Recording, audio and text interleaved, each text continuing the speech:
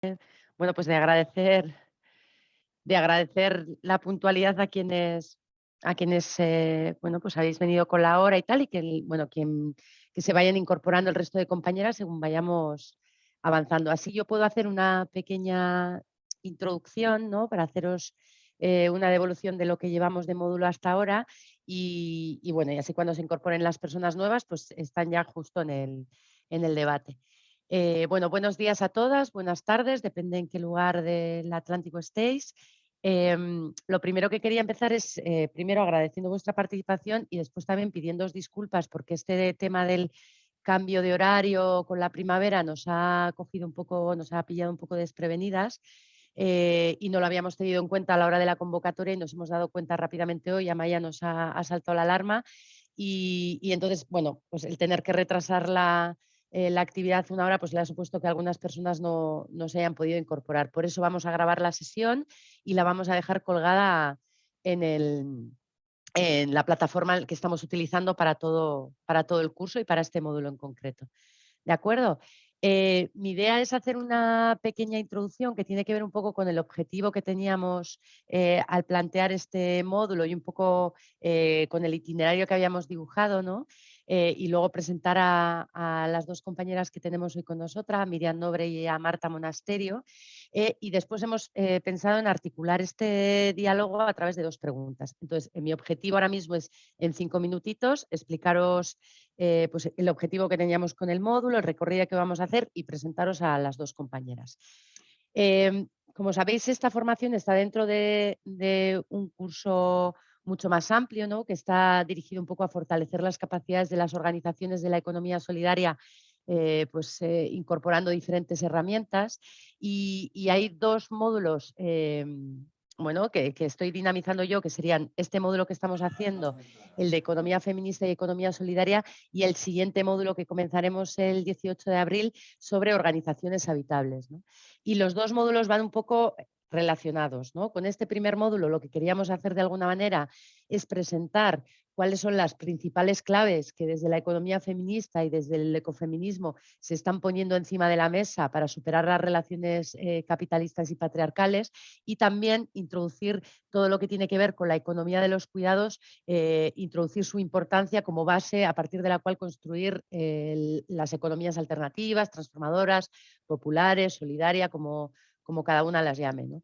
Y en este sentido es cierto que la economía solidaria y la economía feminista comparten de alguna manera esta reformulación que hacemos de la economía, que trata de situar la sostenibilidad de la vida y situar la calidad de vida de las personas en el centro de la propia actividad económica, ¿no? Y entonces, a partir de esa reformulación es cierto que existen multitud de vínculos, ¿no? que podemos intuir en un primer momento, que nosotras consideramos que es necesario seguir investigando, seguir explorando, por un lado, para fortalecer el discurso de la economía solidaria, incorporando nuevos debates y nuevas perspectivas bueno, que nos ponen encima de la mesa tanto la economía feminista como el ecofeminismo o la mirada interseccional, ¿no? Fortalecer nuestro discurso, pero por otro lado también el objetivo es fortalecer la práctica de la economía solidaria desde los feminismos para amplificar así su potencial transformador, ¿no? Entonces, desde esa perspectiva es desde la cual hemos articulado este módulo, que como sabéis, tenía también una serie de lecturas, ¿no? Lo que os hemos planteado es una serie de lecturas para hacer en un periodo, ¿no? Que es a lo largo de estas 2 semanas que dura este módulo. Una primera lectura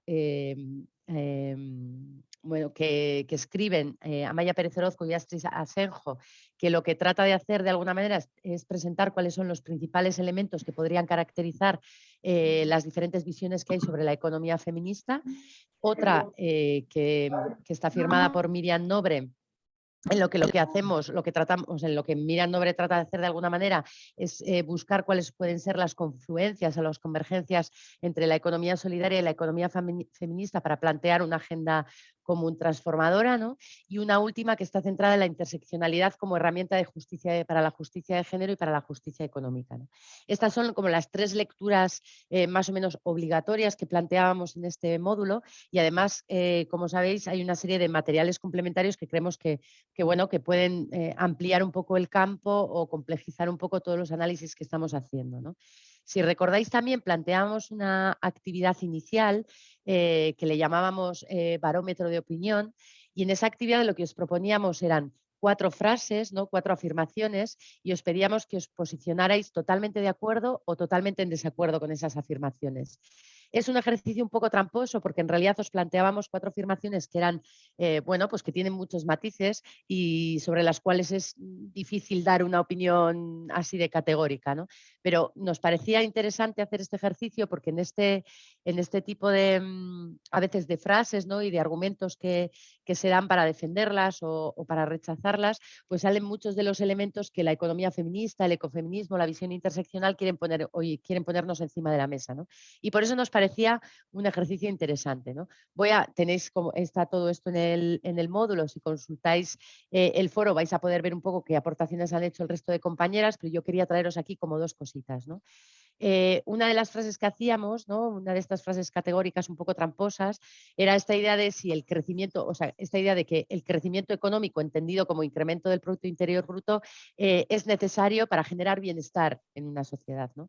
En esta afirmación, aunque había un alto grado de desacuerdo, ¿no? Que hablaban de las limitaciones del indicador para medir lo que viene a ser el bienestar o el buen vivir de los pueblos, ¿no? Sí que había algunos argumentos, ¿no? Que ponían encima de la mesa esta idea de que es un indicador que nos da una cierta información a la que habría que añadir otras, ¿no? Con incorporar dimensiones políticas, sociales, culturales, ¿no? La segunda de las afirmaciones en la que os pedíamos que os posicionarais era que la división sexual del trabajo es sutil, ¿no? Hay cosas que las mujeres hacen mejor que los hombres y viceversa, ¿no?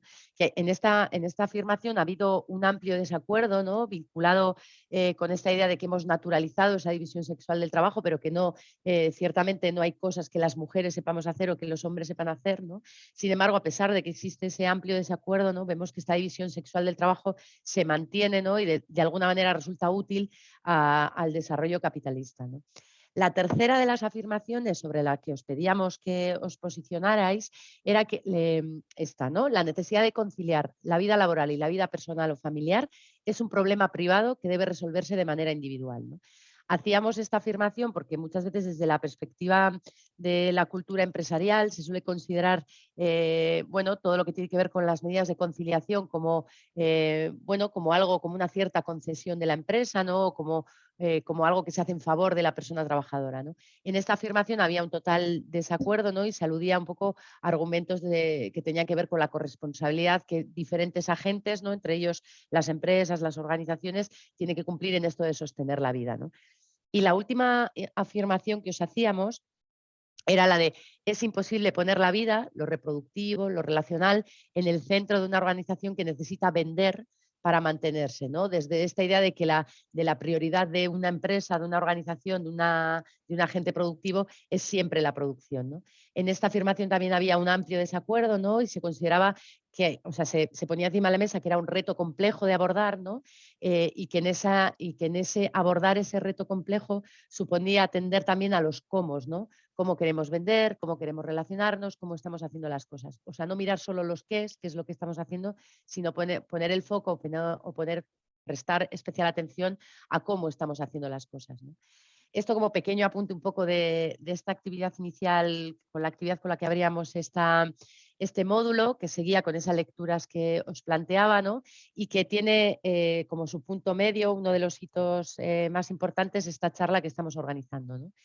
Este diálogo que hemos organizado entre Miriam Nobre y Marta Monasterio tiene como objetivo, de alguna manera, identificar las potencialidades que pueden existir de los vínculos entre la economía solidaria, la economía feminista y el ecofeminismo, y todo ello desde una perspectiva interseccional, ¿no? Para hablar sobre este tema, ¿no? Que es bastante, bueno, bastante retador, ¿no? Porque no es nada sencillo.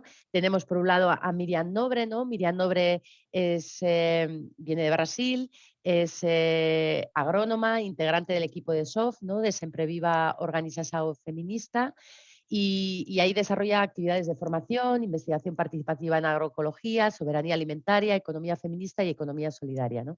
Es militante también de la Marcha Mundial de las Mujeres, ¿no? Y coordinó su secretariado internacional entre 2003 y 2013, ¿no? Después tenemos a la compañera Marta Monasterio, que es periodista, socia fundadora de la cooperativa Pandora Mirabilia, que es una cooperativa que forma parte de REAS Madrid y de la cooperativa Tangente. Es una cooperativa de trabajo formada por mujeres con mirada feminista e interseccional que trabajan en los campos de la investigación, de la intervención social, de la consultoría y de la producción propia, ¿no? Y fue una de las impulsoras en Ecologistas en Acción del área de ecofeminismos, ¿no? Tenemos a las dos compañeras y para poder un poco organizar este diálogo de una manera un poco pues más dinámica, les hemos planteado dos preguntas, que son dos preguntas también bastante potentes, ¿no? Y les hemos pedido que traten de resolverlas desde 15 minutos, ¿no? Vamos a darles 15 minutos para resolver cada una de estas preguntas, para luego poder tener un espacio de diálogo con todas las personas que estáis aquí, porque nos parecía, bueno, pues que la idea es que den algunas claves, ¿no? No en 15 minutos no vamos a, ¿no? a solucionar, arreglar el mundo y todos los problemas que tiene, ¿no? Pero sí dar algunas claves de estas visiones que creemos bueno, que enriquecen la mirada de la economía solidaria, que nos fortalecen, ¿no? Y que amplifican también nuestro potencial transformador, ¿no? Entonces, la primera pregunta que les planteamos es así muy genérica, ¿no? ¿Qué aportes hace el ecofeminismo y la visión interseccional al discurso y la forma de entender la economía solidaria? ¿Qué debates introduce y qué nuevas miradas, ¿no? Y si os parece, vamos a comenzar con la compañera Marta, ¿no? Que va a hablarnos más desde la perspectiva del ecofeminismo. Comenzamos con ella, después damos paso a Miriam y si queréis, lo que podemos hacer es aquellas preguntas que os vayan surgiendo, podéis ir planteándolas a través del chat. Estaremos atentas tanto a Maya como yo y vemos un poco si hay alguna que puede ser alguna puntualización que abordamos justo después de esta primera pregunta o las dejamos todas para el final, ¿vale? Entonces, sin más, bueno, pues sin más espera, Marta, es tuya la palabra. Muchísimas gracias, Salva. ¿Se me escucha bien? Se me escucha, perfecto. Pues muy buenos días a todas, muy buenas tardes. La verdad es que me da mucho gusto estar en estas jornadas, porque siempre compartir experiencias y compartir planteamientos sobre cosas que hacemos, que nos atraviesan la vida y en lo que estamos es un placer, sobre todo si es un encuentro de estas características, ¿no? Con gente y personas que estamos en diferentes puntos del globo terráqueo. Así que muchas gracias por la invitación. Y nada, yo, como ha dicho Salva, yo pertenezco a una pequeña cooperativa madrileña. Llevamos ya 15 años en esto, casi en esto de la economía social y solidaria. También llevo más de una década pues, investigando y participando en movimientos sociales y activistas desde el ecologismo y desde el feminismo aquí en Madrid.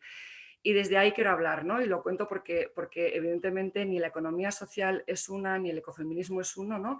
Y son planteamientos y miradas que se construyen en el día a día y que se van dando forma pues con la experiencia de cada grupo de personas en un contexto concreto, ¿no? Entonces, bueno, yo voy a plantear aquí mi experiencia tanto en la práctica empresarial como en la investigación, como en el activismo.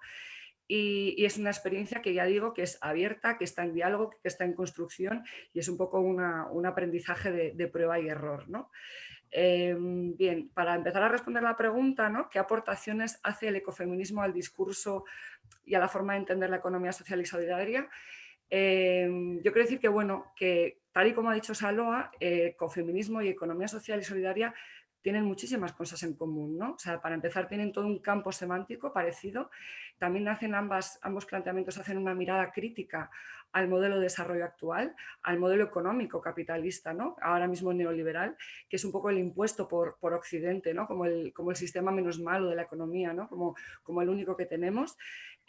Ambos movimientos o ambos planteamientos de ecofeminismo y economía social y solidaria piensan en otro tipo de economía que es posible y que es real y que es factible y que está pasando ahora mismo en todas nuestras sociedades, ¿no? Si miramos un poco la economía social, pues vemos que este planteamiento pone en el centro de la economía, pone al bienestar de las personas, ¿no? Y sitúa los recursos, la naturaleza, la producción y el consumo como medios para alcanzar este fin, ¿no? La Carta de los Principios de la Economía Solidaria aquí en el Estado español, pues que es como un poco el elemento identitario, ¿no? De la economía social y solidaria española, pues recoge 6 principios, ¿no? A ver, los tengo por aquí apuntados: la equidad, el trabajo, la sostenibilidad ambiental, la cooperación, el principio sin fines lucrativos y el compromiso con el entorno. Bien, todos estos principios son cosas también del campo semántico de la realidad del ecofeminismo, ¿no? Pero entonces, ¿qué nos aporta el ecofeminismo? ¿Qué valor añadido hace? Bueno, pues el ecofeminismo lo que hace es aportar un marco un poco más amplio, yo creo, ¿no? Donde la economía social y solidaria se desenvuelve, ¿no? Nos dota de complejidad al contexto, ¿no? Y ayuda a comprenderlo, y ayuda a comprendernos a las personas y a las personas empresarias como parte de un sistema, ¿no? De un sistema social, de un sistema natural, ¿no? Que es complejo y que está interrelacionado. De esto es de lo que voy a hablar un poco en esta primera parte teórica. Entonces, el ecofeminismo nos dota esa mirada más contextualizada, más amplia, más compleja y nos da herramientas, ¿no? Para poder responder a las necesidades que tenemos como sociedad y como personas trabajadoras en este caso, ¿no? Entonces, además, como veremos, la economía social y solidaria, el ecofeminismo nos hace profundizar en dos de los aspectos claves de la economía social, ¿no? Uno es el entorno, la naturaleza, nuestra relación con ese entorno, y otra es las diferencias y las desigualdades de género que están atravesadas por el sexo género, pero no solo, ¿no? También, como hablaré y como sobre todo nos profundizará Miriam, pues me imagino, por muchas otras variables, ¿no? Entonces, bueno, voy a empezar un poco así como desde lo básico, porque aunque he visto con la presentación de Salva veo que ya llego y tenéis muchísimo avanzado, ¿no? Porque en el barómetro de valores habéis hincado el diente en muchísimas de las cosas de las que voy a hablar. Las lecturas que os han pasado son maravillosas y dicen lo que voy a decir yo, pero mucho mejor y más detalladamente. Pero sí que me apetece empezar por lo básico porque creo que son como pinceladas como para tener las bases claras, ¿no? De lo que estamos hablando o de nuestra propuesta. ¿Qué es el ecofeminismo? Voy a empezar por la palabra. ¿Se me oye? Perdón, es que estoy viendo ruidos, ¿sí, no? Sí, Vale, yo creo que José Aníbal tiene el ya está, exacto. vale. Es que como tengo la pantalla minimizada, pues no me despisto. Vale. El ecofeminismo es la unión de dos movimientos, ¿no? Uno es el ecologismo social, en el caso de la postura que traemos en Pandora y en Ecologistas en Acción y en el Mercado Social de Madrid, y otro es el feminismo. ¿Qué es el ecologismo social? Pues el ecologismo social, tal y como lo describimos aquí, pues es una teoría que parte de que las personas, los seres humanos, somos parte de la naturaleza, ¿no? Vivimos dentro de la naturaleza y nuestras acciones son responsables del cuidado o del deterioro de la naturaleza, ¿no? El ecologismo social habla de que el origen de todos los problemas medioambientales que conocemos, ¿no? Que son muy grandes ahora mismo, porque vivimos en un momento de emergencia climática y emergencia ecológica potente, con muchas manifestaciones, pues el origen de todos esos problemas es humano, ¿no? Pero no es humano al azar, no es porque el ser humano llega al planeta y entonces genera todos esos problemas, es porque los seres humanos estamos desarrollando, imponiendo un modelo de desarrollo muy concreto que es el que está haciendo que el planeta pues, se degrade y tenga todos estos problemas, ¿no? ¿Cuál es este modelo de desarrollo? Pues el capitalismo económico. El capitalismo económico, que ahora mismo podríamos llamar el neoliberalismo, porque ¿cuál es el fin de este capitalismo? Y lo habéis dicho, ¿no? Lo habéis trabajado ya con vuestro barómetro de valores. Hay una meta de crecimiento, hay una meta del desarrollo que es el crecimiento, es la acumulación, es el aumento constante de la producción y el consumo. Entonces, esto ya en sí mismo es un imposible, ¿no? Porque estamos pretendiendo crecer de manera ilimitada en la producción y el consumo de bienes, de productos, de cosas, en un planeta que tiene pues unos recursos limitados. Y aquí pues las teorías del decrecimiento en Occidente siempre tenemos somos muy conscientes de que tenemos una huella, ¿no? Y una deuda, ¿no? Ecológica con el norte global, con el sur global, porque no todo el mundo consume lo mismo ni produce lo mismo, ¿no? Entonces, desde el decrecimiento siempre se ha dicho que si todas las personas del planeta fueran españolas y consumieran lo mismo que las personas del Estado español, no habría planetas suficientes, se necesitarían 2,5 planetas, ¿no? Entonces, lo que estamos haciendo es consumir a un ritmo demasiado rápido para lo que el planeta es capaz de sostener y contaminando demasiado y contaminando con productos y con cosas que el planeta directamente no puede absorber, ¿no? Además, esto se junta que nuestra economía es extractivista, ¿no? Y depende de minerales fósiles. Todo lo que hacemos ahora mismo, nuestra alimentación, la ganadería, la agricultura, el turismo, el ocio, absolutamente todo es petrodependiente, ¿no? Depende de petróleo, de gas, de carbón.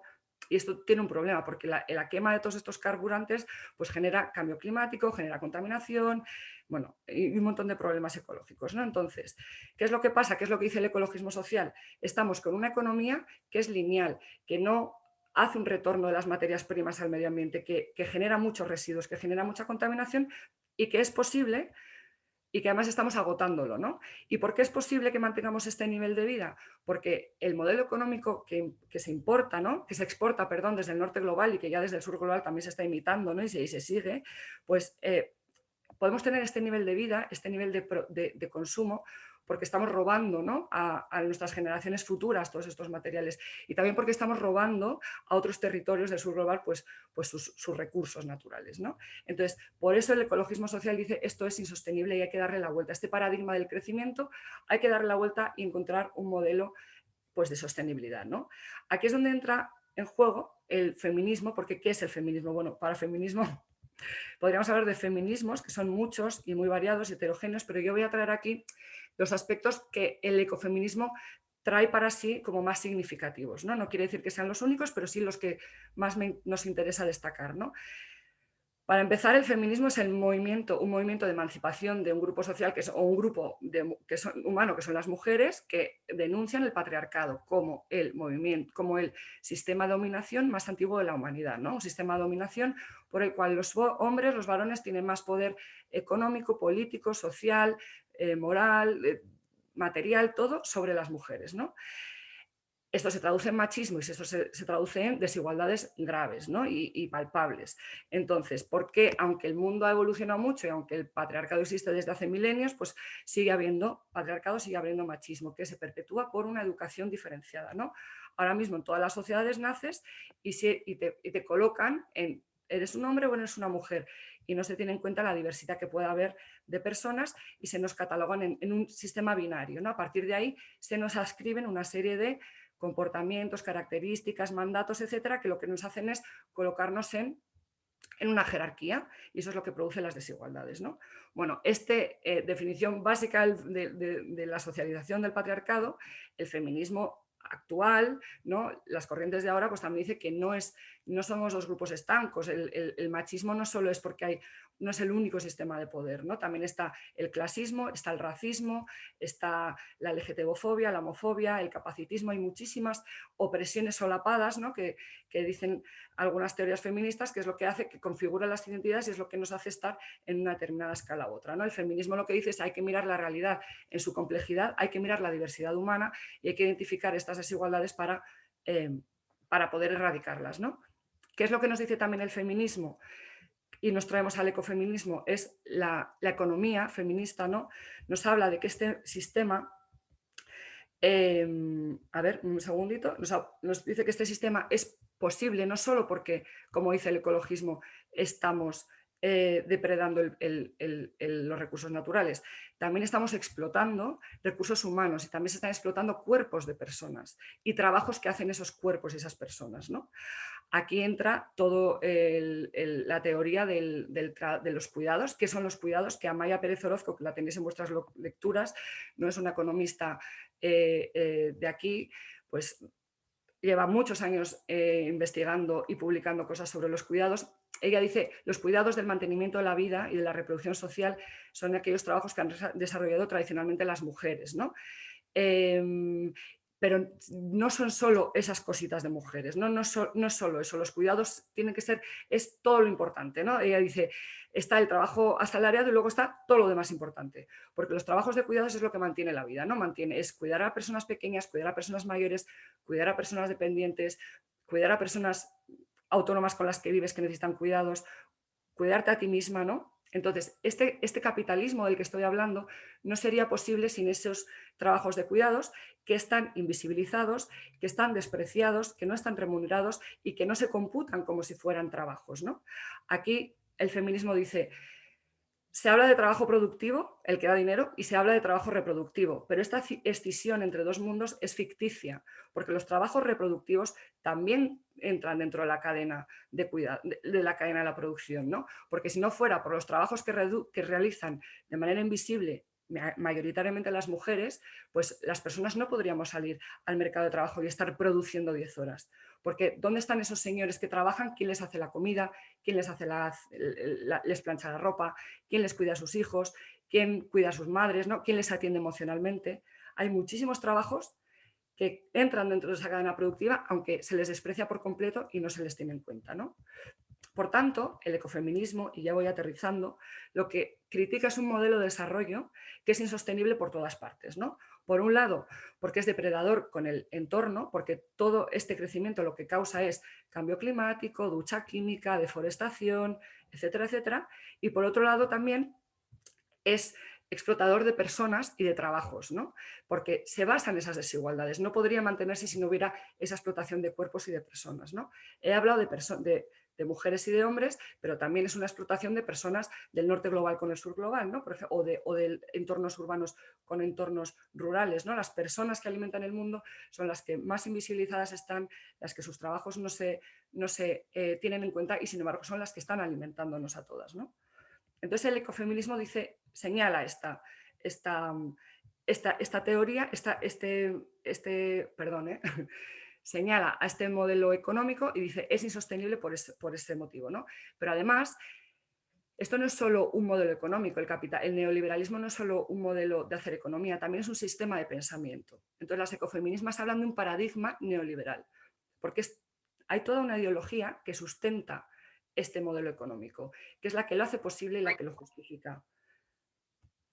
El ecofeminismo, la filosofía ecofeminista, que tiene ya varios años, ha profundizado bastante en esto del pensamiento o de la ideología de Occidente, ¿no? Que es como el de la modernidad, ¿no?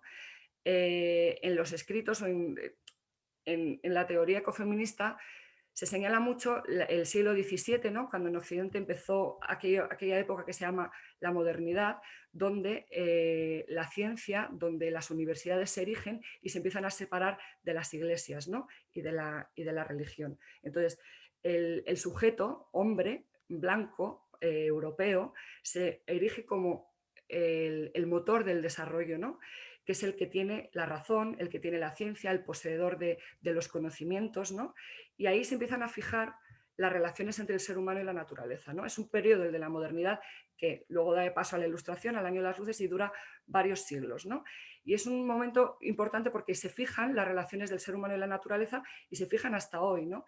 El hombre masculino se erige como ese motor del desarrollo, como ese motor económico, ¿no? Y se pone por encima del resto de las cosas que utiliza para ese desarrollo, ¿no?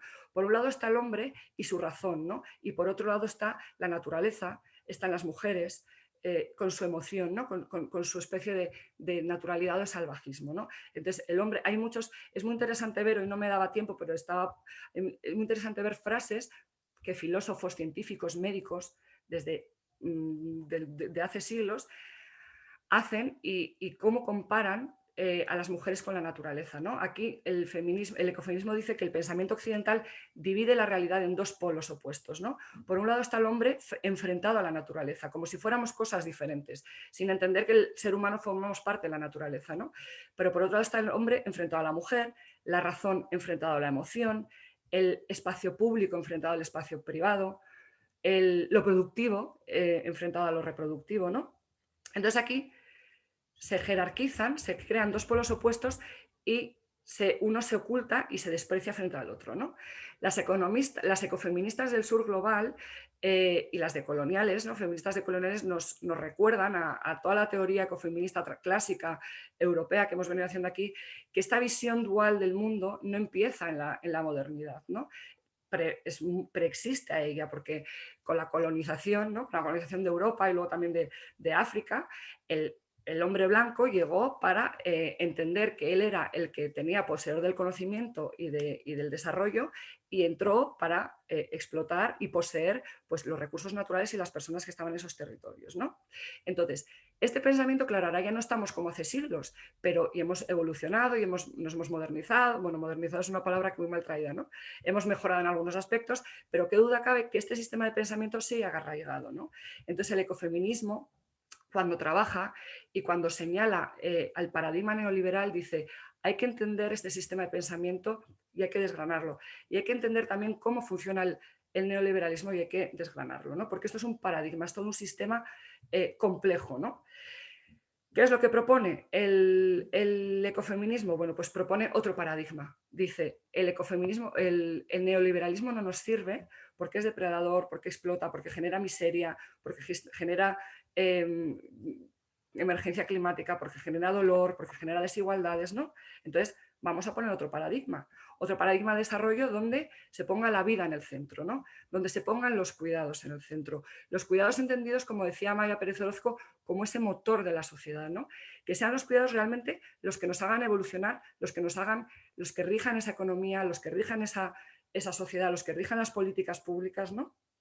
Entonces, en ese cuidados en el centro, lo que hay que hacer es visibilizar los cuidados, conceptualizarlos, politizarlos, garantizarlos y también repartirlos, ¿no? Que no sean las mujeres y las mujeres de algunos territorios las encargadas de cuidar a las familias, cuidar el medio ambiente, cuidar al planeta, sino que sean cuidados que toda la sociedad se corresponsabilice, ¿no?, de esos cuidados y se repartan. Así como para, no sé cuántos minutos llevo, no, me quedan como 5 minutillos, ¿verdad? O no sé tanto. Voy a perfilar 3 conceptos, ¿no?, como resumen. ¿Me quedan cuánto? Salva, perdón.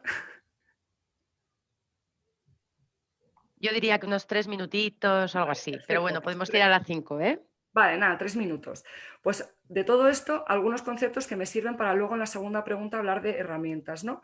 Una, que las personas somos ecodependientes. Entonces, yo creo que esto el ecofeminismo lo aporta a la economía social y solidaria, ¿no? Porque la economía social tiene en cuenta el medio ambiente, pero hay que ir más allá, hay que vernos como seres ecodependientes, ¿no? La Tierra, nuestro entorno, no es un objeto que nos sirva para nuestros fines, es un sujeto, como dicen las ecofeministas, con el que hay que dialogar y que hay que respetar, ¿no? También los seres humanos somos interdependientes, nos necesitamos unas a otras, ¿no? Y esto es a nivel individual y esto llevado al mercado y a las empresas es muy visual y muy revelador, ¿no? Somos interdependientes y nos necesitamos para desarrollarnos, ¿no? Y para generar economía y para generar riqueza, entendida en este sentido que estoy hablando, ¿no?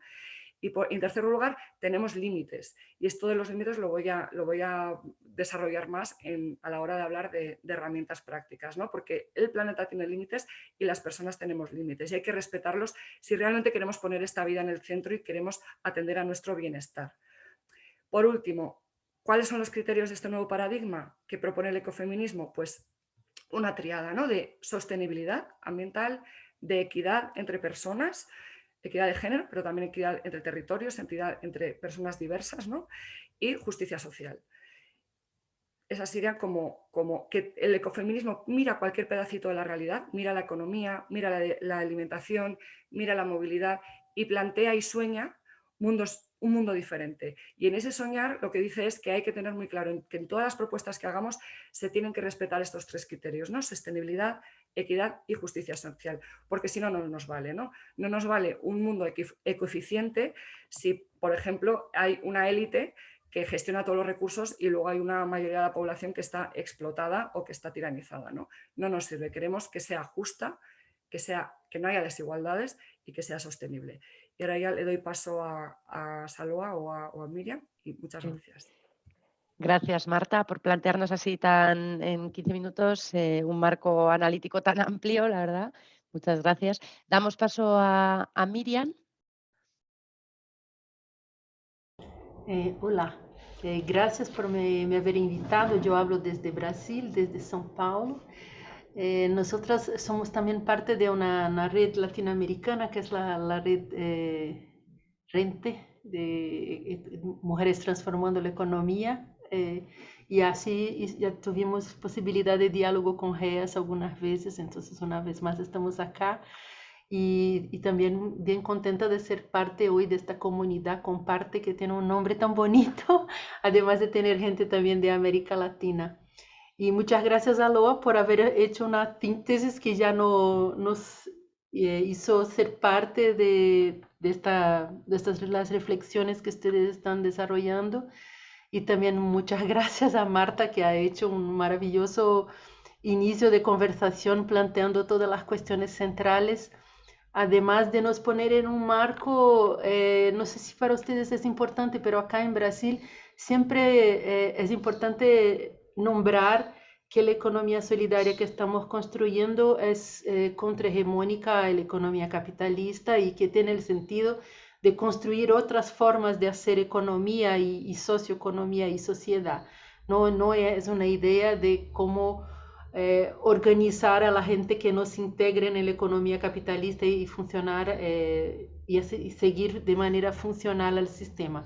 Entonces, con el inicio que Saloa y Marta han planteado, yo ya me siento totalmente confortable de crear, de entender a nosotras en este marco de hacer las cosas de otra manera. Perdón por mi portuñol, es el idioma de concertación en América Latina, a ver si ustedes me comprenden. Bien, también Saloa y los compas de REAS me han pedido de tener la mirada desde la interseccionalidad para este debate acá. Entonces también empiezo por qué es la interseccionalidad, ¿no? Y lo hablo desde la experiencia nuestra del movimiento feminista acá en Brasil, que es muy tocado por el feminismo construido por las mujeres del movimiento de mujeres negras acá en Brasil. Más recientemente las mujeres indígenas también se están organizando y planteando sus miradas, sus acciones, y es de esta mezcla un poco que aprendimos. Entonces, ¿por qué nosotras planteamos la idea de interseccionalidad como una herramienta que nos ayuda a analizar a la realidad y organizar a nuestras acciones? Es un poco porque no nos gusta un tipo de mirada que es tener a la experiencia de las mujeres blancas como el referente y añadir aún peor a las mujeres negras. Entonces, aún peor, aún sufren más, aún son más explotadas. Y entonces, ¿qué es justamente la idea de cambiar lo que son los puntos de referencia y mirar la complejidad de los sistemas de opresión, ¿no? Que está la raza, etnia, el género, la clase, la sexualidad, pero también la generación, el capacitismo y los varios sistemas que se mezclan de una manera muy compleja, organizando relaciones sociales, pero también la vida concreta de cada una de nosotras, personas viviendo en este mundo. Entonces también esta posibilidad de mirar cómo nosotras nos conformamos como sujetas políticas, que cambian las relaciones sociales, que no somos presas de las imposiciones que las relaciones sociales nos limitan, cuál es nuestro rol, nuestro espacio en este mundo, y desde nuestra experiencia individual mirar a eso. Entonces, por ejemplo, a mí me gusta mucho el libro de Grada Quilomba, que se llama Memorias de la Plantación, no sé si dice así en castellano, porque ella, a partir de la experiencia, ella es una mujer africana que vivía en Portugal, después se fue a hacer su tesis doctoral en Alemania, y a partir de las vivencias concretas de 3 mujeres sobre el racismo, ella construye un análisis del racismo como un sistema de opresión que tiene anclajes económicas y subjetivas sobre las personas. Y es interesante porque es muy así, nos hace pensar muchas cosas. Recomiendo que ustedes puedan leerla y ver lo que les toca. Entonces, la idea es que la interseccionalidad es una herramienta de análisis, y entonces como una herramienta, así como cuando estamos intentando mirar en un microscopio y intentamos ahí a organizar las lentes para que podamos mirar a la realidad, por veces tenemos que poner más énfasis en una lente.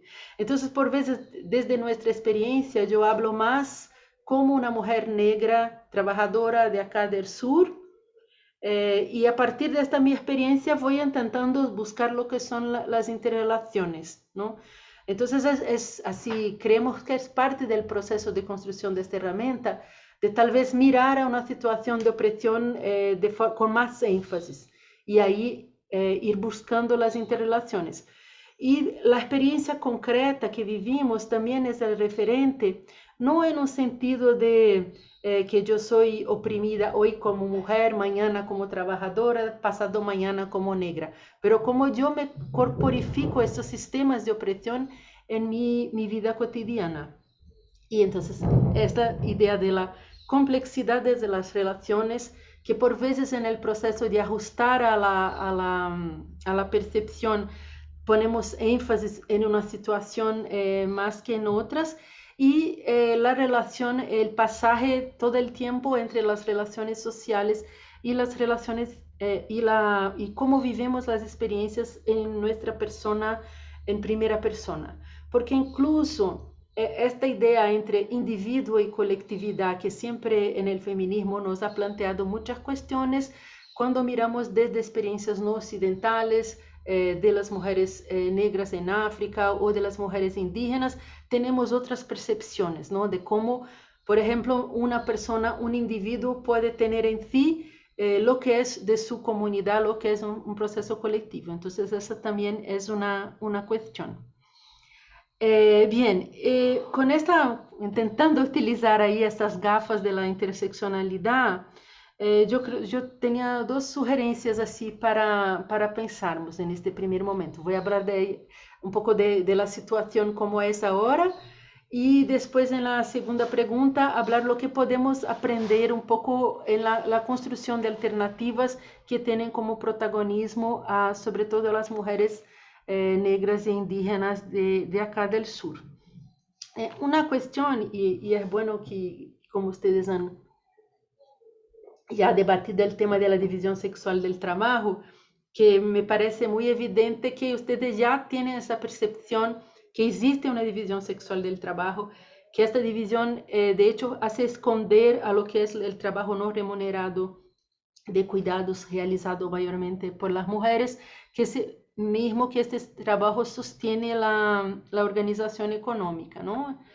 Entonces eso yo creo que usted ya tiene muy evidente en la crítica. Entonces ahora el llamado es a pensar si hay una división racial del trabajo, que se confluye con esta división sexual del trabajo. Entonces por acá en Brasil, por ejemplo, cuando miramos dónde están a los hombres y las mujeres negros y blancos, miramos a que los hombres negros están muy bueno, obviamente en el trabajo precario, sin derechos, pero mucho en el trabajo de seguridad o en armas, vamos a decir así, que sea en armas oficial como en la policía, que sea en el crimen organizado, que sea en los sistemas de seguridad privada.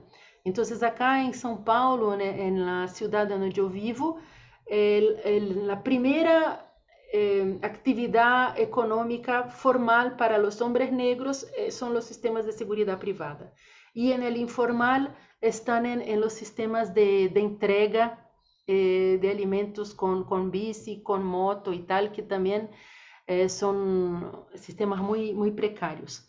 Y en el caso de las mujeres negras, ¿dónde están? Cuando es en un empleo formal, están en los servicios de limpieza, de las estructuras, de los comercios, hoteles, estructuras del Estado y tal, y en el informal, en el servicio doméstico, en el empleo doméstico. Acá en Brasil, muchas mujeres están en el empleo doméstico, en los servicios domésticos, pero las mujeres negras son la mayoría, e incluso cuando miramos a los servicios domésticos, las que están en situación de más precariedad, con jornadas de trabajo más grandes, más largas, sin derechos, sin contrato, las mujeres negras están sobre representadas. Entonces, cuando miramos a esto y hablamos de una distribución desigual del cuidado, que las mujeres cuidan más que los hombres, aún tenemos que mirar que las mujeres no blancas, las mujeres negras e indígenas, cuidan aún más que las mujeres blancas, porque muchas veces son estas mujeres racializadas que funcionan como un ajuste a la sociedad actual como se da, que transfiere a las mujeres a los cuidados, como si hubiera una transferencia interna de los cuidados a las mujeres racializadas. Aún más, cuidar de sus familias también tiene que despender más tiempo, porque muchas veces viven en habitaciones sin condiciones, sin estructura de agua, más difíciles de limpiar y tal, entonces que necesitan aportar más horas. Y aún acá en Brasil, donde en las comunidades urbanas, pero también en las rurales, infelizmente, cada vez más el crimen organizado, el tráfico, condiciona la vida de las personas y la reacción de la policía criminalizando a la pobreza, criminalizando a estas personas, toma la forma de un genocidio de la población negra. Entonces también son estas mujeres que se ocupan del cuidado, del rehacer de las comunidades, del renacer de las comunidades, pasando por un luto permanente con las pérdidas de sus personas queridas. Entonces, cuando hablamos, por ejemplo, de cómo en los servicios que se puede prestar la economía social y solidaria en relación al cuidado, que sea el cuidado como una actividad profesional, ¿cómo miramos eso?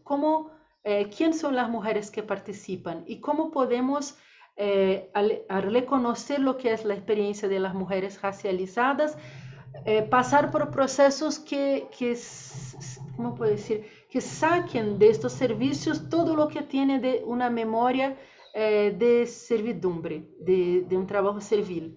Otro día estamos haciendo una discusión entre compañeras rurales, agricultoras, que muchas veces también hacen el trabajo de cuidado a personas mayores ahí en sus pequeñas comunidades, en las ciudades, con mujeres de la ciudad que lo hacen. Y fue bien interesante porque ellas fueron compartiendo estrategias que tenían para poner límites en lo que era su trabajo. Así, porque acá la tendencia es que una persona, una mujer que tiene un contrato de trabajo para se ocupar de una persona mayor, que la gente de la familia va le dando más y más trabajo de limpiar a la casa, de hacer la comida, de buscar un vaso de agua y las ve como una persona servil dentro de aquel espacio doméstico, espacio familiar.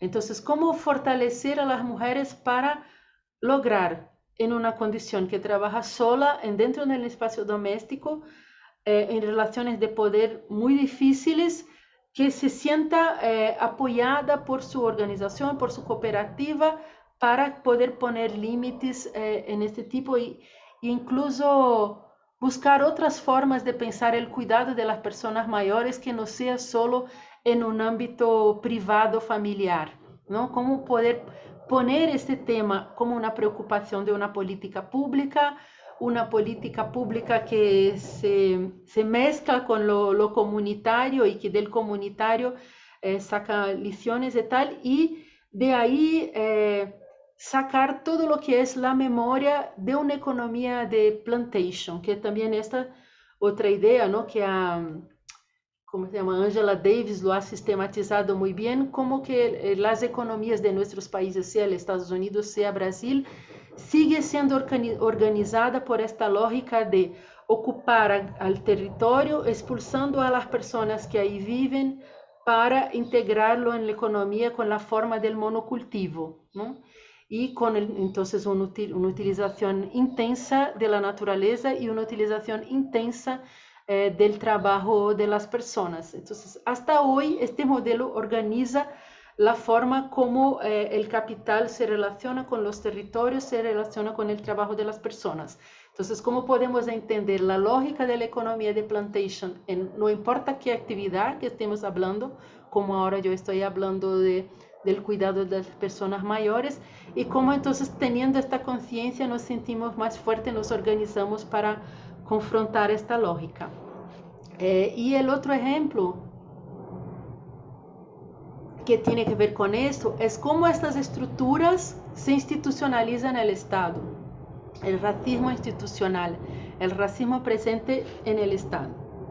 Entonces, por ejemplo, acá en Brasil, y es interesante que Marta ha hablado de los modelos de desarrollo, los proyectos de desarrollo, la idea de desarrollo tiene mucho de esto de un racismo institucionalizado, porque parten del presupuesto que las comunidades que están ahí no tienen conocimiento de cómo manejar a su propio territorio. Incluso acá donde yo trabajo, uno de los conflictos grandes que tenemos es con una visión conservacionista de la naturaleza que no reconoce que aquellas áreas donde hay una gran biodiversidad son áreas de una gran sociobiodiversidad. Es porque hay comunidades tradicionales afrodescendientes, indígenas que viven ahí y que han manejado la naturaleza por generaciones con una gran diversidad.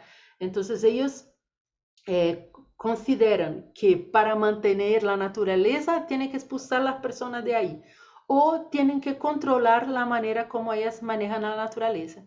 Entonces, por ejemplo, las mujeres que conocemos, las agricultoras allá, que son afrodescendientes, y entonces acá se llaman quilombos, ¿no? Como en Palenques, en Colombia. Bueno, esas son comunidades forjadas en la lucha, en la resistencia en contra la esclavización de las personas, ¿no?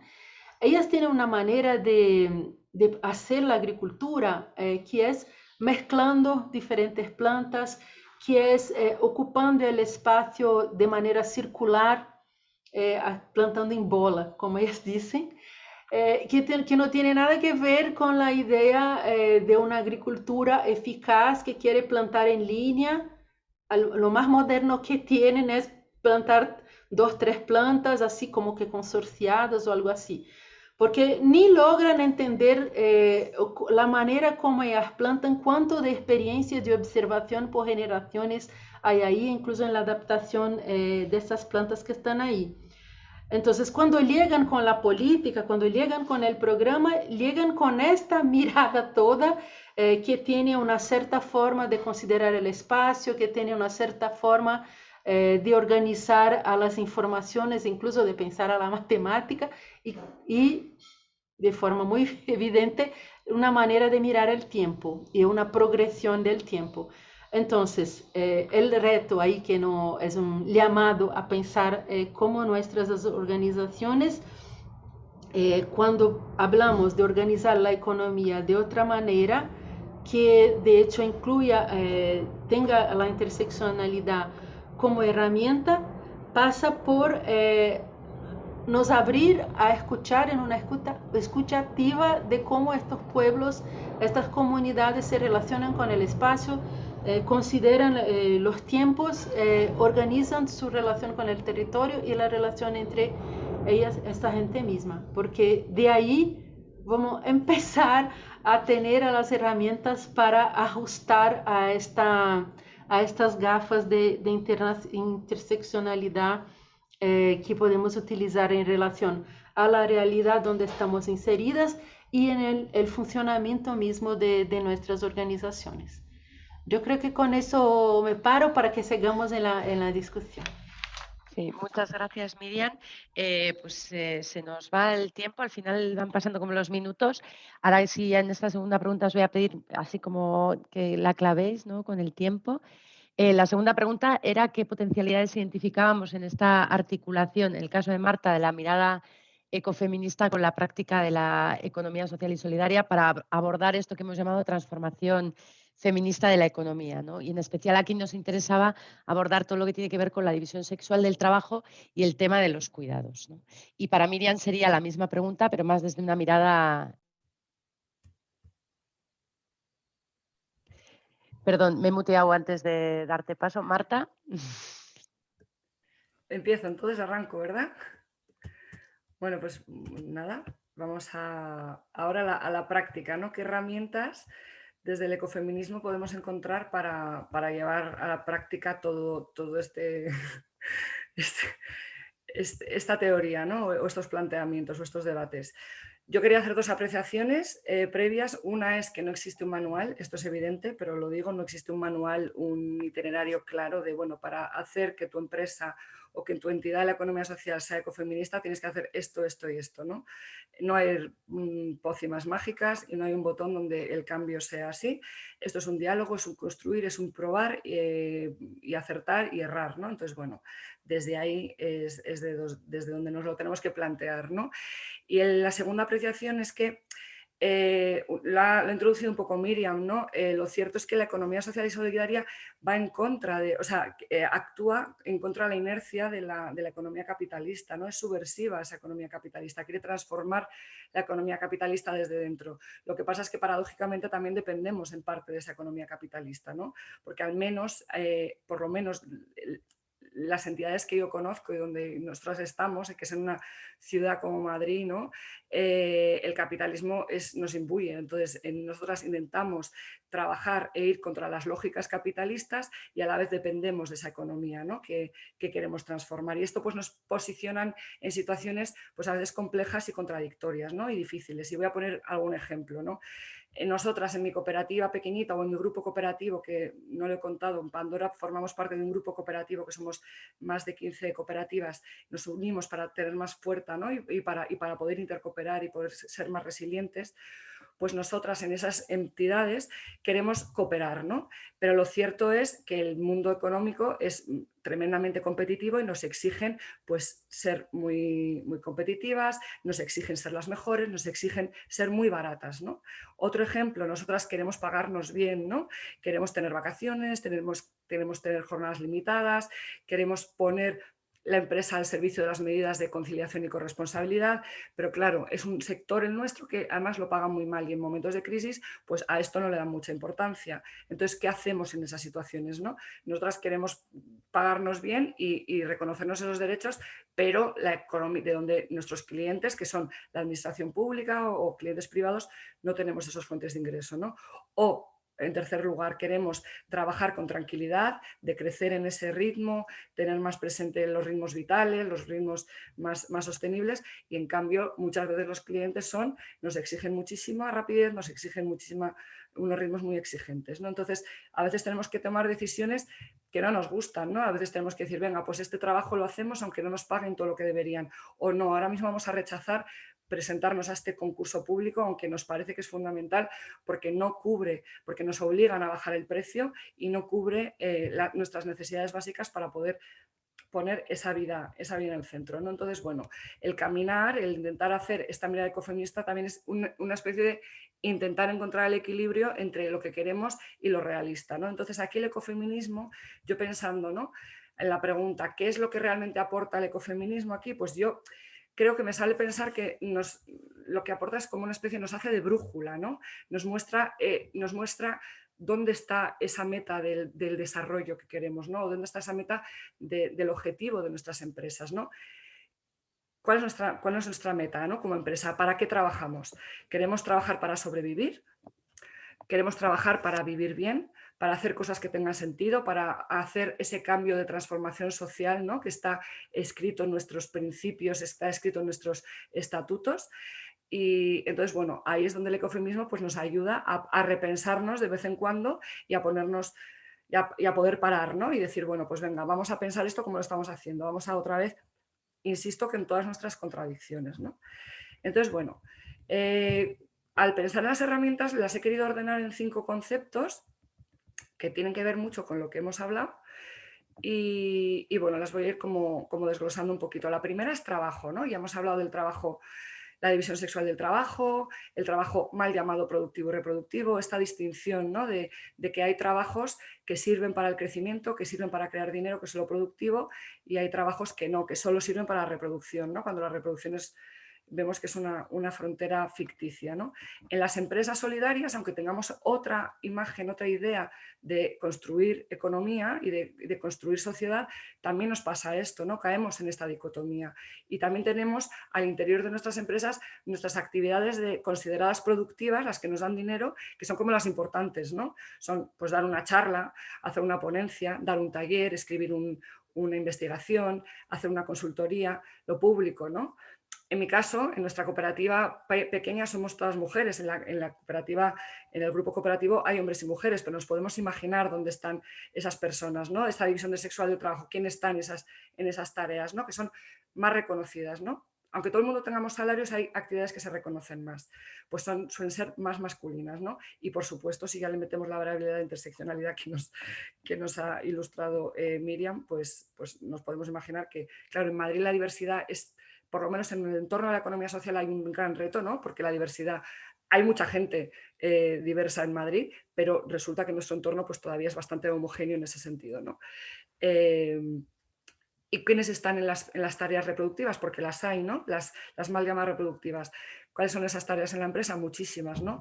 Coger el teléfono no da dinero, hacer fotocopias no da dinero, cuidar el espacio, cuidar las relaciones, mediar, estar cuidando a los clientes. Hay muchísimas actividades que no dan dinero directamente, ¿no? Aunque son imprescindibles para el mantenimiento de estas entidades. Entonces, ¿cómo podemos superar esta dicotomía y cómo podemos integrar todos los trabajos, ¿no? Pues para empezar hay que visibilizarlos, ¿no? Nosotras en nuestra cooperativa, desde muy al principio, lo que hicimos, no nos lo inventamos nosotras, aprendimos de otras cooperativas, ¿no?, que nos amadrinaron, pues es nombrar todas las actividades que hay en la vida de una empresa, ¿no? Porque son muchas, muchísimas, y algunas son muy invisibles y muy arduas. Y son arduas no porque sean difíciles, o sí, pero también porque tienen muy poco reconocimiento, ¿no? Entonces hay que nombrarlas, hay que visibilizarlas, hay que valorarlas, porque una vez se visibilizan hay que valorarlas, y luego hay que repartirlas, ¿no?, para que no recaigan siempre sobre las mismas personas, para que haya eso que hablábamos al principio, que es un poco de justicia, ¿no?, y de corresponsabilidad. El segundo de los términos del que quería hablar es el de límites. Ya he hablado de que el planeta y las personas tenemos límites, y esto tiene que traspasarse a nuestras entidades, ¿no? Tenemos límites humanos, o sea, las personas somos cuerpos, cuerpos y mentes unificados, y no podemos hipotecar nuestra vida por intentar lograr los beneficios económicos. No, claro, esto es fácil, ¿no? Eso es nuevamente una contradicción. Tenemos que ganarnos la vida, tenemos que ingresar dinero para poder ganar un salario, pero a la vez no podemos hipotecarnos, ¿no? A la vez tenemos que tener en cuenta que no vamos a estar al 100% siempre, que va a haber momentos en los que a lo mejor me pasan cosas y tengo que estar menos productiva, y otra persona de mi empresa puede estar trabajando de más porque en ese momento puede. Tenemos que darnos cuenta de que tenemos que respetar nuestras jornadas laborales, nuestros descansos, etcétera, etcétera, ¿no? Entonces, estas son cosas que pueden resultar de perogrullo, ¿no? Evidentemente hay que respetar las jornadas laborales, evidentemente no hay que trabajar de más, evidentemente hay que tener días de descanso, pero cuando te metes en la dinámica de buscarte la vida y de tener proyectos de autoempleo, la exigencia es muy grande y tú quieres y queremos que salgan adelante, ¿no? Entonces nos podemos ver y nos hemos visto metidas en dinámicas muy exigentes, ¿no? Entonces hay que también saber parar, y a veces hay que perder el miedo a poder parar y a decir: venga, vamos a mirarnos y dónde nos estamos encaminando. Esto que está pasando no nos gusta, pues vamos a arriesgarnos a hacer cambios, a tener más días de descanso, a decir que no a algunos proyectos, ¿no? Bueno, este tipo de cosas nos ayudan. En cuanto a los límites del planeta y biosféricos, pues son muchas las cosas que podemos hacer como organizaciones y entidades, ¿no? Desde formarnos, desde preocuparnos, desde informarnos y tener en cuenta la emergencia climática, y tener en cuenta en nuestro día a día, en nuestros proyectos, en nuestras relaciones bueno, en las cosas que hacemos, y también en el día a día, ¿no?, en las cosas muy, muy cotidianas. Por ejemplo, qué proveedores tenemos, qué servidores de luz, de telefonía. Yo desconozco, no lo sé en América Latina, pero desde luego en el Estado español empieza a haber, ¿no?, empresas de la economía social y solidaria, pues energéticas, de telefonía, y que es importante, ¿no?, también apostar por ellas, ¿no?, que son a lo mejor pues más difíciles de conseguir, o no las, bueno, o más raras, pero hay que apostar por ellas y funcionan además fenomenal, ¿no? También cuánto material usamos, de dónde proceden los materiales que usamos, cuál es nuestra política de viajes en la empresa, ¿no? Cómo nos movemos. Nos movemos todo el día en avión, nos movemos en autobús, en tren, pagamos los viajes en tren. En el Estado español, ¿no?, el tren es más caro, por ejemplo, muchas veces que el coche o que el avión en muchos casos. Apostamos por un tren, aunque sea más caro, para que reduzca nuestra huella ecológica, y encima lo planteamos a los clientes como tal, ¿no? Es que yo quiero que mi billete sea de tren y por eso es más caro, ¿no? Bueno, pues todo este tipo de cosas que son muy pequeñitas también las podemos integrar, porque los límites son importantes. El tercero de los conceptos es el de cuidados, ¿no? Ya hemos hablado un poquito de los cuidados. Tiene que ser el motor de nuestro desarrollo, tiene que ser el motor de nuestra empresa. Y ahí, ya lo habéis hablado, lo ha hablado Saloa, creo que también lo ha hablado Miriam, hay que romper, lo habéis trabajado en ese barómetro de valores, hay que romper con la idea de que la conciliación es algo individual, porque la conciliación, las políticas de conciliación es como yo, como persona, como mujer, tengo que volverme loca para poder conciliar mi trabajo remunerado o asalariado con mi vida personal, mi vida familiar, etcétera, etcétera, ¿no? Hay que dar un paso y hablar de corresponsabilidad. La corresponsabilidad es al interior de las familias, entre hombres, mujeres, personas con identidades no hegemónicas, pero también es en las comunidades y también es en los estados, ¿no? Ahí hay que exigir a los estados y a los gobiernos, ¿no? A las administraciones públicas que generen políticas de corresponsabilidad, ¿no? De servicios públicos, de apoyo a las personas que necesitan cuidados, etcétera, etcétera. Y aquí, como es una responsabilidad de toda la sociedad, las empresas tienen una gran responsabilidad para esto. O sea, son las empresas las que tienen que trabajar y garantizar que la vida es sostenible, ¿no? Y que las personas estamos bien y que se pueden garantizar esos autocuidados y esos cuidados que necesitamos como sociedad. ¿Qué podemos hacer? Algunas ya las hemos mencionado, ¿no? Las he mencionado. Jornadas laborales limitadas, flexibilidad laboral en cuanto a la disponibilidad de horarios, flexibilidad laboral también para poder trabajar en casa o en la oficina, disponer de excedencias si una persona lo necesita, disponer de posibilidades de jornadas medias o jornadas diferentes a las habituales, ¿no? En nuestra cooperativa no lo hemos hecho, pero yo conozco cooperativas en el Estado español que han apostado por tener posibilidades de salarios completos, ¿no? Pero con reducción de horas, o sea, personas que tienen situaciones de cuidados muy excepcionales y duras en un momento dado de su vida, no siempre, y necesitan y no pueden trabajar las 37, 40 horas, ¿no? Y necesitan trabajar menos, pero necesitan el salario completo. Bueno, pues hay entidades que han apostado por garantizar eso, ¿no? Eso exige que una parte de la organización pues sea fuerte y se socialicen esos gastos, ¿no? Contar las horas, recuperar las horas extras, etcétera, etcétera, ¿no? Esas son como medidas del día a día que se pueden hacer para garantizar esa vida más sostenible, esa vida laboral más disfrutada y más sostenible. En cuarto lugar, la relación.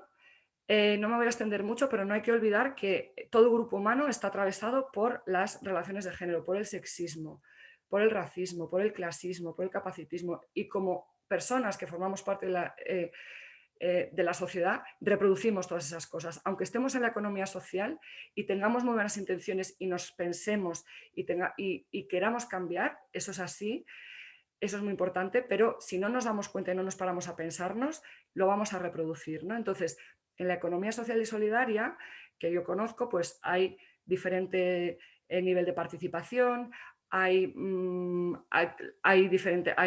relaciones de poder, hay portavocías con una división sexual, y probablemente también con una división racial, ¿no? Que decía Miriam, hay también un techo de cristal, hay micromachismos, hay brecha salarial. Todos estos problemas que se dan en la sociedad, en la economía convencional, también se da en la economía social y solidaria, ¿no? Entonces hay que pararse, hay que mirarse, hay que formarse, hay que hacer diagnósticos, ¿no? Hay que evaluarse. Si se identifican esas desigualdades, esas diferencias, pues hay que hacer acompañamientos, hay que poner medidas correctivas, ¿no? Pues hay que inventarse un poquito, ¿no? Por mi experiencia que hemos hecho, pues hemos hecho en mi entorno diagnósticos, auditorías, a partir de ahí se han creado protocolos, se han creado acompañamientos con formaciones, ¿no? También se puede dar el caso de crear también talleres de sensibilización a mujeres, a hombres, talleres de empoderamiento a las mujeres, talleres también para que los hombres identifiquen los privilegios que tienen a los que tienen que renunciar. Y aquí estoy hablando en clave de hombre y mujer, pero evidentemente privilegios pues tenemos las personas blancas, las personas con un cierto nivel educativo, las personas urbanas. Entonces, en las organizaciones pues también hay que trabajarse todos esos privilegios con esas variables, ¿no? Y por último, quería hablar del crecimiento. El último concepto es crecimiento y es paradójico porque llevamos todo el rato hablando de que la meta de nuestro desarrollo, de nuestras economías, no puede ser el crecer, pero también hay que ser consciente de que, al menos en nuestro entorno, somos empresas que somos relativamente pequeñas, que somos relativamente frágiles, aunque hay estudios que han evidenciado que en momentos de crisis los trabajos de la economía social y solidaria han sido muy fuertes y se han mantenido y se han cuidado con respecto a otros entornos donde ha habido más desempleo. Pero a pesar de eso, está bien que la economía social y solidaria crezca, ¿no? Pero no queremos crecer a cualquier ritmo y de cualquier forma. Hay que crecer de manera sostenible, si es que eso es un poco contradictorio, pero hay que intentarlo. Hay que escalar, ¿no? Es una palabra que usamos más, ¿no? Que se adapta más a toda esta filosofía, que es invertir y arriesgarse para poder crecer en red, ¿no? Pero para poder crecer con los pilares que tenemos, ¿no? En este sentido, este crecer, este apostar por estar en más sitios, por ser más personas, por ser más entidades, por cooperar más, no es solo algo que dependa de las entidades de la economía social. Hay que exigir a las administraciones locales, regionales, estatales, que apuesten por esto, ¿no? Hay que hacer ahí un trabajo que, bueno, que REAS lo hace de maravilla, que es como nuestra cara visible ahí de comunicar y de informar y de exigir, ¿no? que las políticas públicas y que los gobiernos pues sepan que esto exista, apuesten por esto, porque realmente las entidades de la economía social estamos dando trabajo duradero, trabajo de calidad, trabajo que tiene un fin social, un fin de transformación, ¿no? Y que intenta superar pues aquellas contradicciones, que no es perfecto, pero que al menos está con la intención pues de superar esas contradicciones, esas desigualdades y de encaminarse a ese modelo y esa vida que queremos, ¿no? Que sea más sostenible y más justa. Muchas gracias, Marta. Pues vamos directamente a Miriam, sin más dilación. Miriam. Bien. Bueno, siguiendo con eso, la interseccionalidad es una herramienta de análisis para entender los sistemas de opresión, pero también es un llamado a que podamos aprender de las resistencias de las comunidades negras e indígenas, ¿no? De las comunidades racializadas, que están subalternizadas, pero están en resistencia desde el primer día que un colonizador llegó en nuestro territorio o que una persona ha sido secuestrada en África y trazida a trabajar en nuestro continente. Entonces también aprender de las resistencias, de la forma como se organiza la relación con el territorio, el trabajo, las relaciones entre las personas de las comunidades, también es una manera de ejercitar a la interseccionalidad. Entonces yo quiero hablar solo de 3 ejemplos para seguir el tiempo.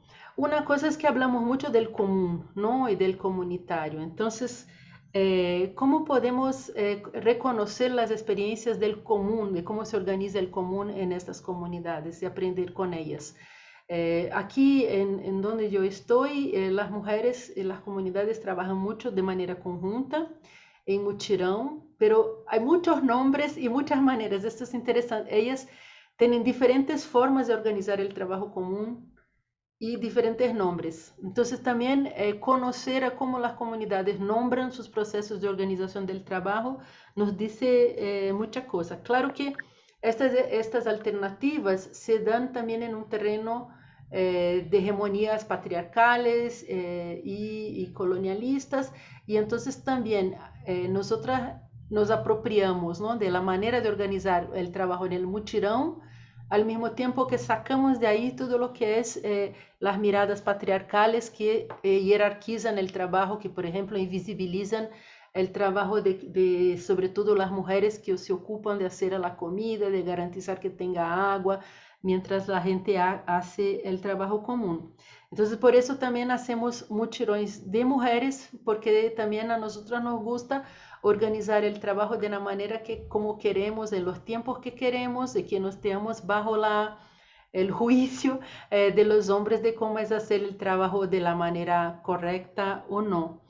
Y entonces en esta experiencia de hacer el trabajo común aprendemos muchísimo de cómo se organiza el tiempo de la vida, ¿no? Entonces estas miradas productivistas de que al primera acción ya vamos a tener el resultado, aprendemos a tener una mirada de aceptar la confusión, el caos, que con el tiempo, con el trabajo común, vamos ajustando y encontrando un ritmo que sea común a todas nosotras. También ahí, desde la experiencia de las mujeres negras, incluso en la ciudad, lo que aprendimos es que hoy estamos juntas o no sobreviviremos. Entonces, que el cuidado, incluso el cuidado en el ámbito materno, no materno de sangre, pero todos los vínculos de, no sé si dicen ahí en castellano, madrina, ¿no? de los vínculos de compadrío, los cuidados, también son políticos. Hay que no hay que solo politizar el cuidado, pero reconocer el sentido político del cuidado en comunidades que están todo el tiempo resistiendo contra varias formas de opresión. Y el otro es mirar la continuidad histórica que hay Por ejemplo, cuando encontramos una calle que resistió a la gentrificación en una ciudad, y vamos a resgatar lo que es el proceso histórico de esta calle, y ahí miramos que casi es un quilombo, ¿no? Como una comunidad afrodescendiente que ha logrado resistir por sus vínculos comunitarios, por la combinación entre la organización económica del sostenimiento de la vida con de su propia subjetividad y cultura. Entonces, los principios de autogestión, que los cuidamos mucho en la economía solidaria, ¿cómo podemos poner en diálogo con esas formas que son consideradas tradicionales de las comunidades de organizar su relación con el territorio y entre las personas? La otra cosa que ahí tiene que ver incluso lo que las comunidades pueden aportar a esa reflexión con el principio de autogestión, tiene que ver con la relación con la naturaleza, como Marta planteaba. ¿No? Para las comunidades tradicionales no hay esta división entre comunidad y naturaleza, ¿no? Por ejemplo, acá tenemos a las Guaraní, que es un pueblo que camina mucho, que está siempre caminando, yendo de una parte a otra.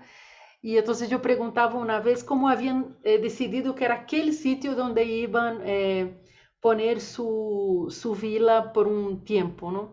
Y lo que me han dicho ellas es que había en el grupo una niña que estaba enferma y que cuando llegó a este sitio ella se curó.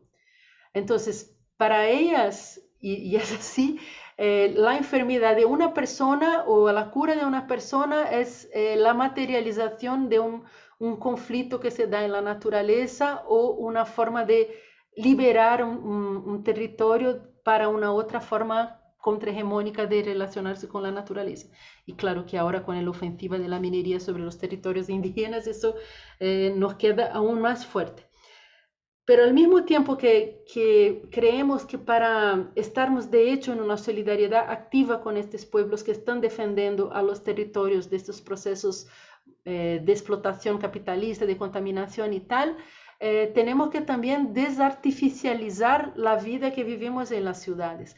Entonces eso implica también a mirar dónde están los ríos, las nacientes, que están ocultados por una manera de construir a la ciudad que piensa la naturaleza como un problema que se tiene que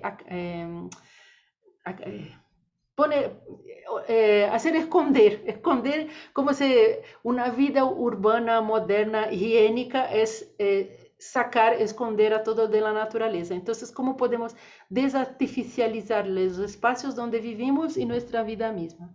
Que pasa, bueno, por la organización urbana, por la alimentación y muchas cosas. Y la última idea que yo creo que también podemos aprender mucho es porque vivimos en una situación de una subjetividad atacada de forma permanente por el racismo, por la descualificación, que la condición misma de existir pasa por la resistencia. Entonces, esa idea de resistir y existir al mismo tiempo. Con eso, también la relación que establecemos con el trabajo puede poner en diálogo con los principios de la economía solidaria, que es de confrontarse al trabajo alienado y de pensar cómo el trabajo también es una fuente de desarrollo personal, no sé si desarrollo es una palabra pésima, pero no sé cómo decir en castellano, una manera de que podemos nos sentir bien con la vida, nos sentir que estamos contribuyendo, que estamos aprendiendo, que estamos en movimiento, ¿no? Y que eso nos da placer. Entonces, ¿cómo pensar esta relación entre trabajo y placer? Y ahí con eso también ponemos en cuestión lo que son las capacidades que necesitamos desarrollar, ¿no? Porque claro, estoy hablando de, no son mundos ideales, son maneras de organizar la vida de comunidades en concreto que ahí están, confrontándose incluso a muchas contradicciones, pero por veces pensamos en cómo desarrollar capacidades que nos permiten existir como economía solidaria en una economía capitalista. Pero sí miramos que hay otras formas de organizar la vida, otras resistencias, que necesitamos de una transición en aquel sentido, Tal vez podamos desarrollar algunas capacidades que nos permiten cómo movernos en este escenario de transición y de contradicción, pero también reconocer a las capacidades que la gente ya lo tiene, sobre todo las mujeres negras e indígenas, porque están sosteniendo la vida en condiciones muy precarias. Y ahí con eso, incluso reconocer y no romantizar. Ellas hablan muchas veces de eso. Por veces las personas romantizan el hecho que logramos mantener un huerto urbano en condiciones tan precarias. No es en ese sentido, es en el sentido de trabajar para que no sea tan penoso a ellas, pero al mismo tiempo que nosotras podemos aprender de las maneras como ellas han asegurado que sus comunidades resistan en condiciones tan duras. Bueno, hablemos rápido para que podamos tener un tempito de intercambio entre todas y todos. Gracias. Os agradezco mucho a las dos que os hayáis ajustado tan bien de tiempo porque bueno, estaba avisando en el chat que no iba a haber mucho tiempo para la reflexión, o sea, para hacer preguntas y les estaba invitando a las personas que participan que, bueno, que planteen muchas de las reflexiones en el foro. Os sigo invitando a que lo hagáis porque ahí podemos continuar con el debate, pero, bueno, gracias Marta y gracias Miriam. Tenemos como 10 minutitos para plantear alguna pregunta ahora mismo a Marta y a Miriam. Así que este es el momento, si hay alguien que quiera plantear algo. O sea, yo me quedo mucho pues con esta idea un poco de que estas perspectivas no solo amplían nuestro campo analítico, no solo nos dan nuevas herramientas metodológicas, sino que nos enseñan nuevas formas de resistencia, ¿no? Que es un poco lo que estaba comentando Miriam también ahora, ¿no? Nos traía un poco.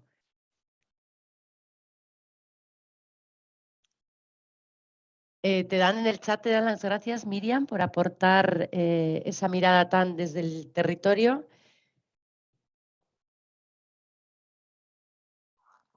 Vale, pues si no hay ninguna pregunta concreta, igual es que, bueno, que tenemos un auditorio tímido, a veces cuesta como plantearlo en el momento.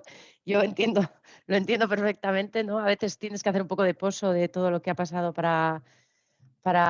bueno, pues para que surjan las dudas. Entonces yo lo que hago es invitar a todo el mundo a plantearlo en el foro que tenemos en la plataforma. Si hay alguna cuestión muy concreta para Marta o para Miriam, podemos hacérsela llegar. O sea que si alguien de repente pues tiene alguna pregunta concreta o necesita alguna referencia concreta, se la hacemos llegar a ellas dos. Y os invito eso, a seguir participando en el foro. Y os recuerdo que bueno, que tras tenéis una semana ahora para hacer un poco pozo de lo que hemos estado hablando hoy, para plantear preguntas en el foro y abrir diferentes reflexiones, pero tenemos una actividad final que es para... uy, pues hay una pregunta última. Vamos a darle a esta, ya que alguien se ha animado, que viene de Fundación de Isayes, Sesca, que comenta que quizás sería necesario profundizar la manera como nos relacionamos en las entidades y las relaciones de poder entre compañeros y compañeras relacionado o vinculado con las funciones que tenemos asignadas, ¿no?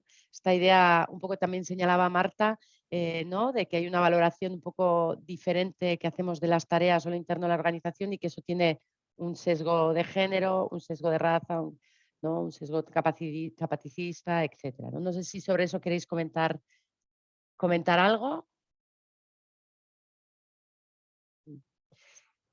Yo si no lo dejaba aquí.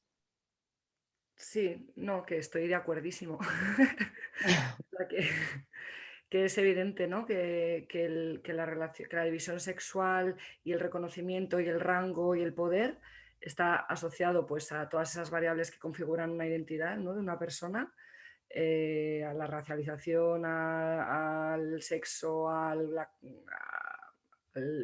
cuerpo, a tu educación, etcétera, etcétera. Y además coincide con algunas, como se dice, con algunas funciones, ¿no? Hay algunas funciones que están feminizadas y otras están menos feminizadas y además, y en función de eso, pues se les da cierto valor. Entonces, eso es evidente. Entonces, ahí el diálogo permanente es una cosa que es como valorarlo, visibilizar, ¿no? Visibilizar esas esas otras tareas, visibilizar que están en manos de mujeres, visibilizar que están en manos de mujeres normalmente pues, no blancas o que no ostentan ese poder. Me gusta mucho lo que ha dicho Miriam, no romantizarlo, pero sí que aprender de ellas. O sea, es como, ¿de qué forma lo visibilizas, lo reconoces, lo pones en valor y además también haces fuerzas para que esto se comparta, ¿no? O sea, que eso es como el reto. Y eso es un debate en diferentes ámbitos que se lleva, bueno, el ecofeminismo y me imagino que la mirada interseccional y tal, pero que es un reto muy grande y es un caminar, sí. Vamos, que muy de acuerdo.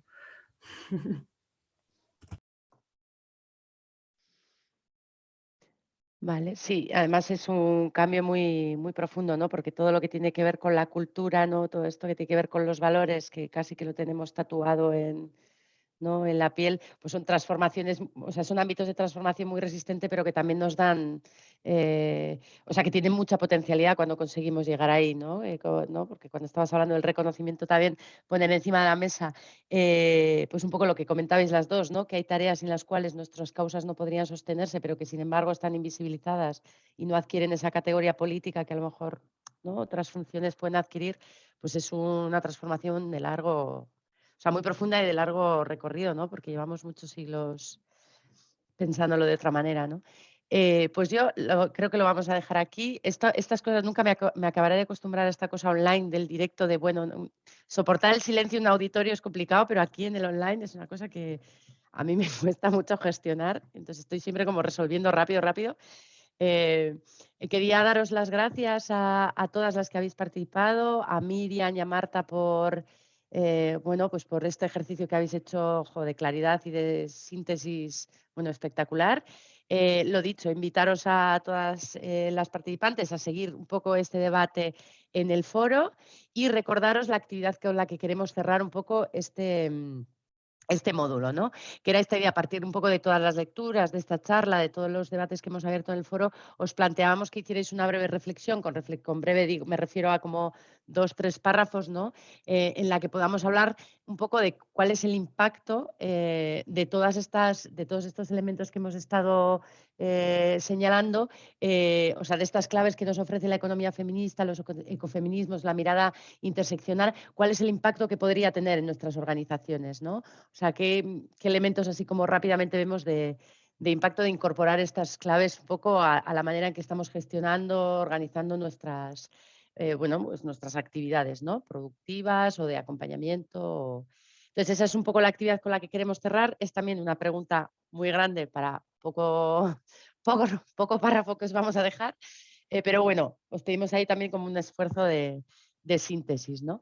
Y desde aquí yo ya, pues nada, agradeceros a todos la participación y daros un beso y esperar que a quienes empecéis el día os vaya muy bien y a quienes lo terminéis pues podáis descansar. Así que Muchas gracias. a todas. Gracias, chao. Adiós. Chao. Buen día. Hasta luego.